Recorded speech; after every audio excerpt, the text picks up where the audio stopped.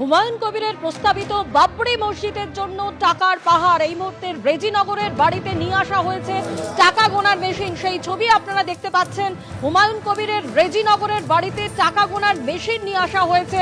সেই টাকা গোনার কাজ সেখানে চলছে। টাকা ভর্তি 11টি ট্রাঙ্ক নিয়ে আসা হয়েছে। টাকা গুনতে 30 জনকে নিয়োগ করা হয়েছে। শুধু কিউআর কোড স্ক্যান করেই জমা পড়েছে 93 লক্ষ টাকা, এমনই দাবি করেছেন হুমায়ুন কবির।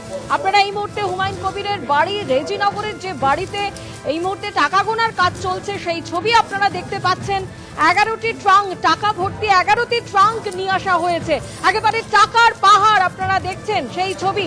টাকা গোনার কাজ করছেন 30 জনকে নিয়োগ করা হয়েছে টাকা গোনার জন্য।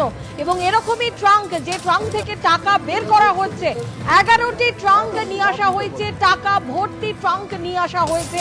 এই মুহূর্তে হুমায়ুন কবিরের রেজিনগরের বাড়িতে গোনার কাজ চলছে। দেখুন একেবারে টাকার পাহাড়, টাকার পাহাড় একেবারে হুমায়ুন কবিরের প্রস্তাবিত বাবরি মসজিদের জন্য টাকার পাহাড়।